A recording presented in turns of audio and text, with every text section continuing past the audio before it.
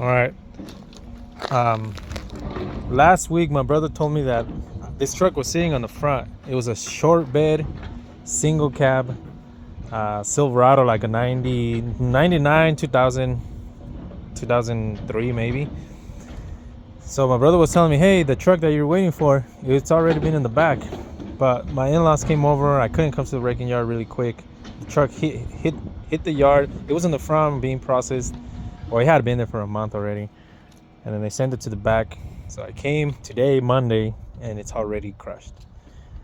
I was gonna buy the cab, and I wanted to buy the bed, but I got here just a bit too late.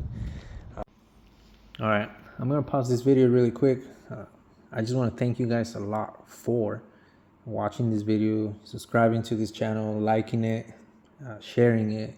I got an email from YouTube where it says they will be monetizing my videos, and they are gonna start paying me supposedly from this video and on. The more views, the better, obviously. I just want to thank you guys for that. Some of the previous videos, I got a message. I was not supposed to say the N-word. I was not supposed to use songs. So from now on, you guys might not hear any music, copyrights. You don't get paid. The N-word, it was just a thing between me and Joseph when we were kids and whatnot. Nothing racist, nothing. I mean, I know some people get offended. Not everybody's the way we are, just fooling around. One of the things somebody asked me a question, what's my goal? What do you want to do if YouTube starts paying you? My goal is buy a property, buy land, shove as many cars as you can, help people out. I'm one of those persons that if I see a car is going to get crushed and I have the money and I can save it, I'll save it. If I can sell parts, I'll sell them. Whatever somebody needs before the car goes to the wrecking yard or the crusher, is give them away. Just pay the shipping. Parts will be shipped to, especially subscribers and people that need them. That's what I mean. You guys, because you guys are watching the videos, you guys are pretty much paying for them. Why not gift people, somebody that really needs those parts? Give them away. Pay the shipping, ship them out. That's what I was willing to do with the Integra. Like you guys heard it before. Pay the shipping. What do you guys need? And I'll ship them.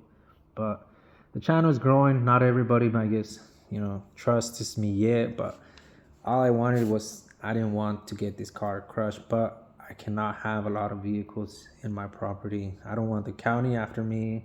The shop is right next to my house. The wife doesn't like me to have a bunch of cars, especially if they're being, torn apart. So I get it. So I'm not gonna be, obviously a lot of people say that, but I'm not one of those persons like most of YouTubers. You get money, you start buying expensive cars, you don't want to be seen around and old 90s Civics. I'm not that kind of a person. I like saving cars, giving cars a second chance, helping people out. That's what my goal is. I wish I can save all the cars. I don't have the property. Sometimes, these cars, I threw them away. I donated them. I gave them away to the crusher because I didn't have where to put them. So they still had a lot of parts left on them, but I couldn't save them. If I had the property, if I had, I don't want to step in nobody's toes, no local wrecking yards or nothing like that. I'm not going to be, open to the public. No, it's something that I want to save. So hopefully, I'm not going to rely on this money. I'm not saying it's thousands of dollars. I don't know how it's going to go from now on, but whatever it is, whatever they pay, good. More content for you guys, free parts for you guys. And if you guys see something that you guys like and somebody else doesn't have first dibs on it, or I don't make money off of it and it's available, pay the shipping and gets shipped to you for free. So yeah, that's my goal, and hopefully you guys keep watching the video, enjoy the video, and hopefully you guys learn something from it. That's what this channel is about. So stay tuned. It sucks, man, because this was a nice truck. I wanted to buy the whole truck, but he wouldn't sell it. So I told him, hey, I'll buy the whole truck, and You know, I'm gonna try to figure out the paperwork, or I was gonna try to buy another single cab that was really wrecked and just use the VIN number over here, something. But he said he was gonna think about it, and he never let me know. And then today I showed up, and it sucks, man. It had nice black leather seats, captain. What do they call them? Captain seats. So yeah, they were leather.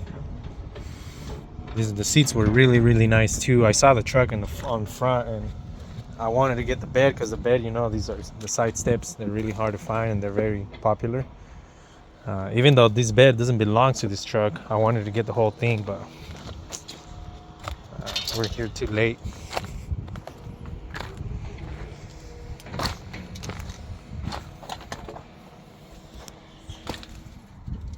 Yeah, this guy has no mercy on anything, man.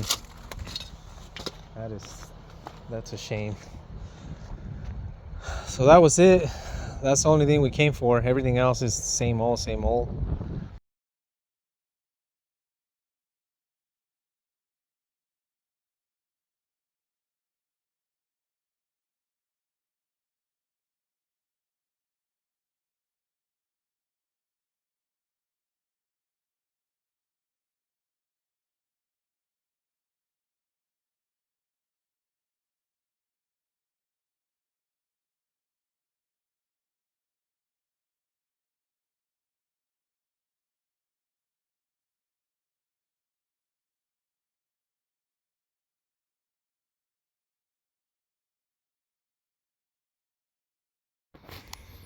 All right, what we have here, it's what year is your truck, sir? 1986 Toyota pickup turbo. We didn't know it was turbo until we opened the hood. It's a really nice truck. It's his camper truck. He likes it a lot, takes good care of it. The issue came in because this truck will crank, no start. You guys remember some of the Hondas, same issue is the main relay. Well, this one has a fuel pump relay, and it's notorious for it to give out problems. You can catch it here if you guys own a Toyota or know what I'm talking about. This thing will crank and crank. What happens is that pump it withdraws or draws a lot of amperage, and that main relay can't keep up with it. Not the main relay, but the fuel pump relay. So there's the relay. He's been stranded 3 times. He says he wants an update and he wants to upgrade it. What we do is we take that relay and we upgrade it to a universal, more amperage 5-wire relay. So he puts less stress on the wiring and obviously on that. So that's what we're gonna do. I was showing him a trick of, I remember back in the days when I used to struggle a lot with them too. So usually what I would do is I would bring a wire straight from the battery into this wire. But I found out ways where you can do it quicker. Is you just look for a 12-volt power wire and you just jump in. That's what I did, and it worked fine. So I showed him. So I told him next time, so you're not stranded. I told him if he can do that, bypass that, the truck started right up. We started diagnosing the truck, which he had spark, sprayed starting fluid, and coughed a few times, so we knew it was fuel pump. He says he already knows. He's been through this 3 times before, and he says he's tired of it. So we're gonna go ahead and update that relay, and we're gonna go ahead and send him home. And he says he'll rather do that and update it and upgrade it because he tries to keep it as updated as he can. And it's a really nice truck, good taken care of. So yeah, and he also said the engine has been redone. So it's kind of funny. He has a Ford Ranger looking bed. How long have you owned it for? Oh, new. You got it new back in 1986? December 85. December of 1985? Jeez. So you know it all. Off the showroom lot. Yeah? Was it like this with this camper, or did you... It was a short bed. It was a short bed. Short wheelbase. Short wheelbase? Uh-huh. and then now it's a long wheelbase. Okay. So you converted it. Yeah. Oh. Okay. On the shell, and You did the shell, you did everything. I didn't do a lot of the work. It was a pop top shell before. Yeah. The pumpkin part is the top of the shell. There was an inner shell I discarded and had them fiberglass in the top shell because I know I didn't want a pop top anymore. Oh. Too much high weight. Right. Okay. Yeah. Well, there you guys go. Bought it brand new, December of 1985, and he's owned it since then. That explains why it's in such a pristine condition. He said the engine failed once, and then he overhauled it, and it wasn't cheap either. So, yeah. Well, I'm gonna pull that relay out and show you guys once it's out, and explain it to you guys more a little bit. All right. This is the van I mentioned in one of my videos that I wanted to do. This guy was a traveler. He's from Medford, Oregon. He was going to Canada with his grandson. The dude is like 80 years old. His grandson's like 60 something. No, like 40. But anyways, this is the van I was talking about. We're doing a head gasket. He was traveling. He overheated on him, and the van is in mint condition. Something like this is worth fixing. He was willing to spend like $5,000 to $6,000 if he needs a new engine, but more likely he doesn't. I just pulled the head gasket. I mean the head off. You can see primary damage right there. So yeah. That's one of them. We don't know how the one on the back is, but we have to do both. I've done these 2 times. This would be my 3rd one. I've done 3 of them. The third one of them was engine. 2 of them were head gaskets. They're notorious for this. I don't know why, but yeah, they are not my favorite. You gotta put everything in a box and bolt nuts, and then most of the big parts they go out here in the back. So you gotta have a good memory, you gotta have a good brain, have common sense what goes what when you put it back together. I've done it before. It brings me flashbacks, but it's been like 14 years that I did one. But yeah, like I said, this van is in mint condition. The dude's like 80 years old. Something, it's a really preserved vehicle that you want to have around. And he said he don't want to buy anything else. He says I'd rather spend the money. He says my budget is $5,000-6,000. If he needs an engine, good. If the engine's savable, good. Pretty sure it's savable. We're gonna send them head to the machine shop, see what they tell us. I would normally resurface them the way I do it at home, but that's because I know it's a Honda. I can do it fast. This is not an easy job. You got to do it right. Don't cheap out, because if you cheap out and you try to do what I did, it works. But this guy is paying top dollar. We don't want to do that.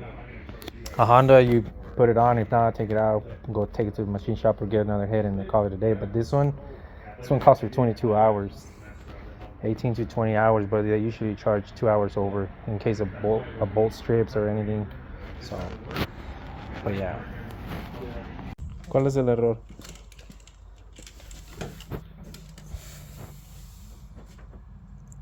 Aquí está. ¿Y qué te? Pues tú nomás dices qué es eso, pero no dices pero por qué. ¿Por qué pasó eso? Porque la troca no sirve. No quema. ¿Porque es una GM? No, es porque no tenía este tornillo, no tenía esta washer. Aquí. Sacó para una jabalí. Un jabalí que se lo va a poner. Hey. So the issue that we found out, we knew he blew a head gasket. When I removed everything, I remember that this bolt didn't have a washer, and I thought that's how Chevys were, but turns out that's probably why he blew a head gasket, because it looks like the engine's being rebuilt. I started noticing when I was seeing the gaskets, they look pretty clean. The heads look clean. The gaskets look new, especially those. But I also noticed it because because the engine's been repainted. It's not the cast iron regular color. It's got like a spray painted color in it. So yeah, I blew a gasket here. That's why I always say, common sense, make sure you know what you're doing, pay attention. Because I remember when I took all of them off, I remember this one here was missing a washer, but I didn't think I mean, I know that usually, well, it's 8 of them and it was only 7. I remember it was this one, and then I did the back ones, and no, the back ones had all 8 of them. So yeah, and you can tell because the piston says 1 over. It's being bored 1 over, so it's an overhaul engine somewhere.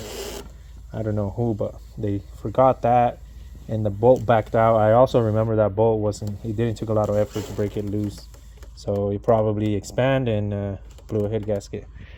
So somebody was in a bad day that day. Somebody dropped the washer. Then I don't know how it happened, but they forgot that washer. We already took pictures. They're gonna send them to the customer and send the heads to the machine shop and wait on them and put it all back together.